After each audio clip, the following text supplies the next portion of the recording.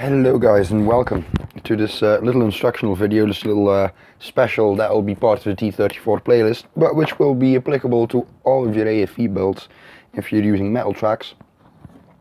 And it's the assembly of metal tracks. That's what this video is about. Let's get the cable out of the way. So let me start off what you need to do metal tracks. Well, first of all, you need metal tracks. In this case, Friul's for the T34 early ones. You need a pin vise with a 0.5, 0.55, and in some cases, if it's really fragile tracks, a 0.6 drill. Now you might be saying, why a 0.6 drill? The wire that is supplied is 0.5 in most cases. Sometimes it's smaller. Well, it's simple because we'll be using brass pins. These are 0.65 pins. Excuse the comma, I am from Belgium, where we use commas instead of points to indicate the yeah. Anyway, that's what you need. These are called Prim, P-R-I-M,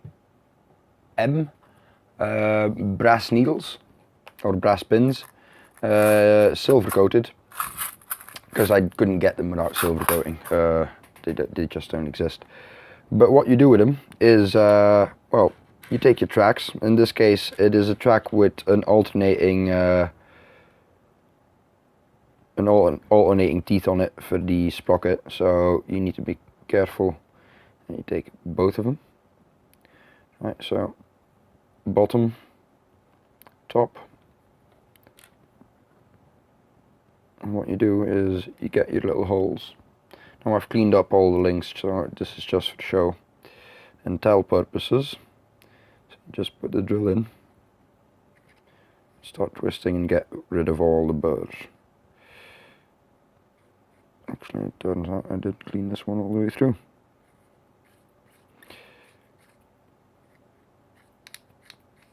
And there we go, now we have.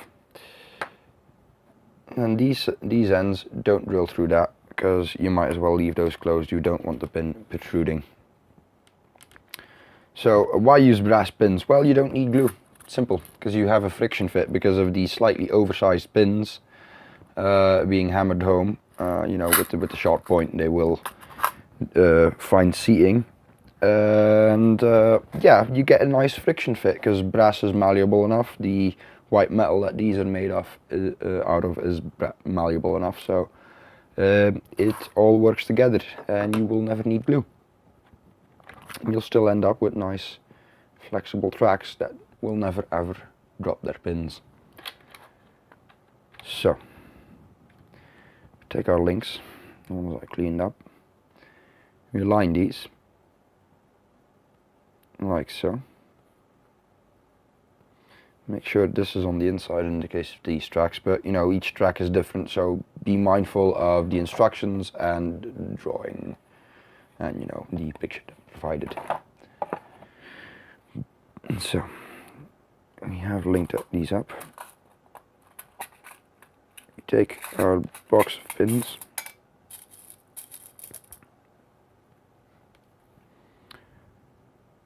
put it into the little hole, push it as far in as you can manually. Take your little hammer, the other supply that you'll need. I'm actually getting an even smaller jeweler's hammer than this one, but that's an order from Amazon, so we'll have to make do with these. The flat side of a pair of pliers works as well, by the way. So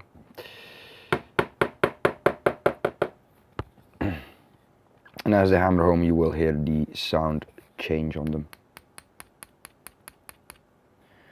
In case of these, they did slightly protrude, but no worries. And then you take the next pin, in this case this one, link it up again,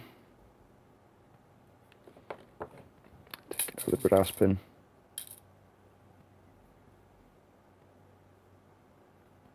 push it home as far as you can,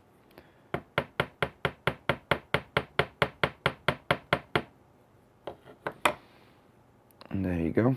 And then you just need a pair of nippers, flat-sided ones. These are photo etch ones. You can get them from a craft store as well, those will do. And then just be mindful that you put your finger in front of the one you're nipping off, so it doesn't just jump away and hit you in the eye, or wear safety goggles.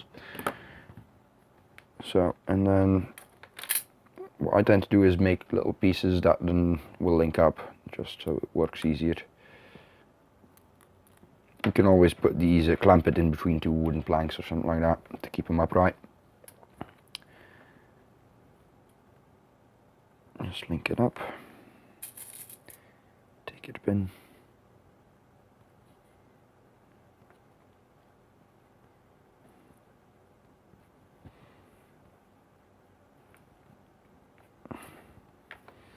There we go.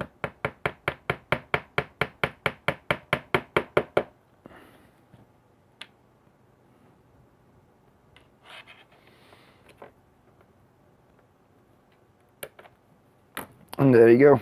Nice, flexible metal links. So, things to note. Why did I assemble these before burnishing? Because I do burnish my metal tracks. Simply because, yes, it is a bit more hassle to get a clean wash and stuff like that, and you need to. It's probably advisable to wash these before assembly and then wash them again after assembly to get your own greasy grease off. And you do need to work it a bit with an old toothbrush or something like that to work in the fluid. But the big benefit is that if you were to assemble these afterward, you would be stuck with these little shiny brass heads sticking through on the side. Well, not sticking through as in sticking out, but you would see the shiny surface of the pins where you snipped them off. The advantage of doing this and then burnishing is that they will burnish the ends of the pins as well. So that's the big secret. I will be going over my burnishing and maybe even the weathering of tracks in a later separate special. But for now, this is it. So it's just only been a 7-minute video because it is a very, very simple process. It does not need to be explained any much more than it does than what I did. It's clean up, you know, a few simple steps. I'll just sum them up again. Clean up the tracks with your drill, get the burrs out, put them together,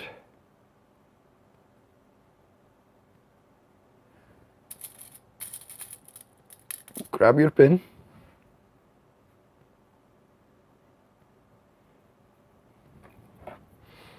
push it in slightly, and then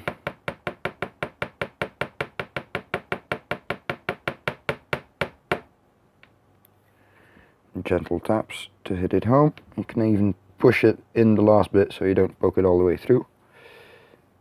And then just snip it off, being mindful for the pieces that jump away. And there you go. That's it. That's all there is to it. So I'll leave it at that.